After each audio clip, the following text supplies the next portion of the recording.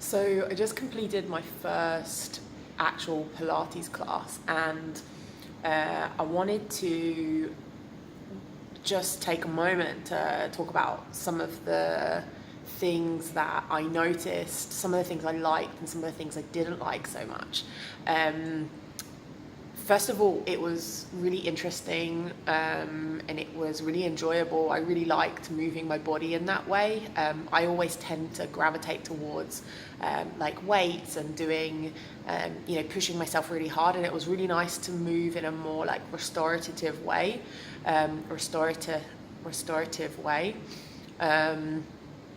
So that was really nice, and it was really nice to think about how I was moving and the quality of movement, and moving slowly, and that was a really nice aspect of it. And it kind of reminded me of some of the like movement classes that I've done, switching arms because my arm's getting tired. Something else that I really liked about it was some of the mobility stuff that they did. It's really similar to what I do in my classes, like getting into a deep squat, forward bends, back bends. That was really, really awesome. Opening up the chest. I like that there was a bit of talk about the breathing, even though he didn't really go much into depth with that. But there were a few things that really bothered me. And first of all, a lot of people will complain about, okay, it's like a really big class and the trainer's at the front. There were about 50 people in this class, and the trainer's at the front and he's not like looking at what anyone's doing. And I get that, that's fine, because you know what, like, it's not the end of the world. You don't need to have everything checked by a trainer. Like, you just need to move, and it's very, very accessible for lots of people. It's cheap, and you can do it at your gym, and I'm really for that. A couple of things though that I think can really improve like people's experience of Pilates. I had two major gripes. One was this obsession with pushing your lower back into the floor and keeping your lower back into the floor. When you have your lower back pressed into the floor, you're actually doing what's called PPT, posterior pelvic tilt. You're tipping your pelvis backwards. So you no longer have a neutral spine. You're actually doing the opposite. They're worried about like overextension, and actually what they're doing is this high, like just doing the opposite of it, taking it into this like tucked position, and keeping our backs pressed into the floor, like not ever letting there be like a curve in our spine.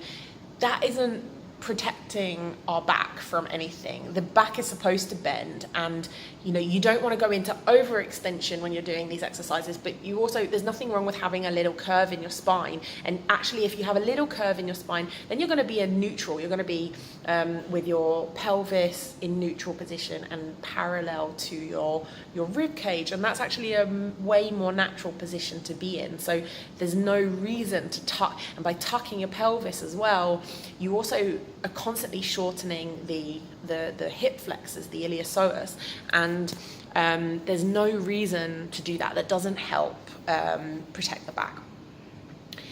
And I actually think it would improve, like, core exercises are better when you don't do that.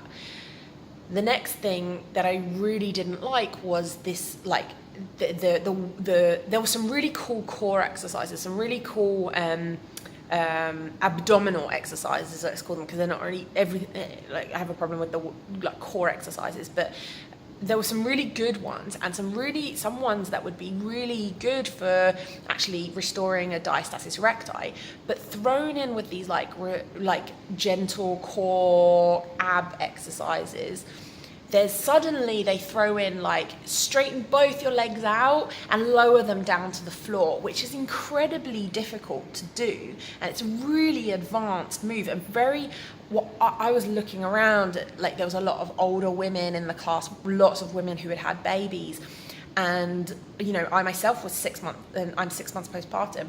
I couldn't do these exercises. I have quite a strong core. I couldn't do these exercises at all. I modified them, you know, I did one leg or I switched, and I was constantly feeling my tummy to see if it's bulging out or to see if my linea alba is really stretched out. Whereas, you know, you get loads of people like straining doing this exercise, and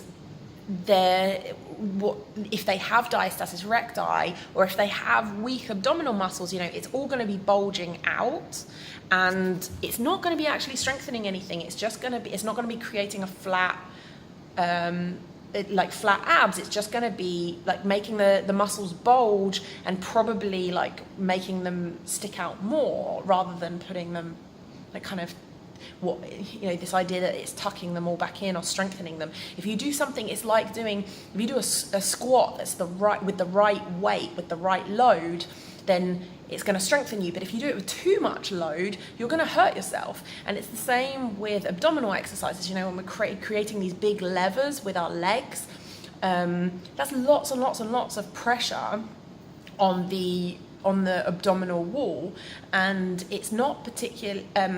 We want to create a little bit of pressure on the abdominal wall. We want to get the muscles like the muscles to actually work. But if we do too much, it's like it's going to overload them. They're going to have way too much. They're not going to be able to cope with the amount of pressure that we're putting on them, and they're just going to bulge, and all the fascia and the connective tissues are all going to bulge as well. So we've got to teach people how to modify core exercises and abdominal exercises so that it's the right amount of difficulty for them. When it's too much, it's just going to do damage and make things worse. And it can really do damage. It can really be quite like not very good for them.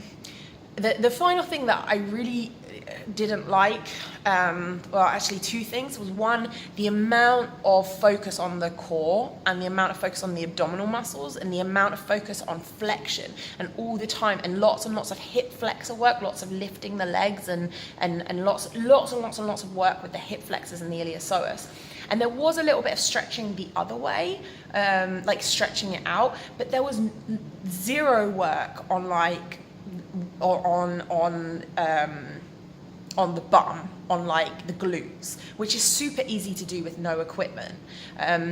So I was disappointed there was no work actually on the glutes, and I'm sure other Pilates class have more, but also no work on the back. The only back work that there was like lying on your belly and doing these like Superman, like lifting up. And the back isn't just made to do that extension work. It's made to, if you keep a neutral spine, it's made to stop flexion. So like a deadlift is a really good example of that. And you can do a deadlift with no equipment. You can teach people how to do like a Romanian deadlift where they keep their back completely straight, their spine completely straight, and they're resisting the falling forward into spinal flexion.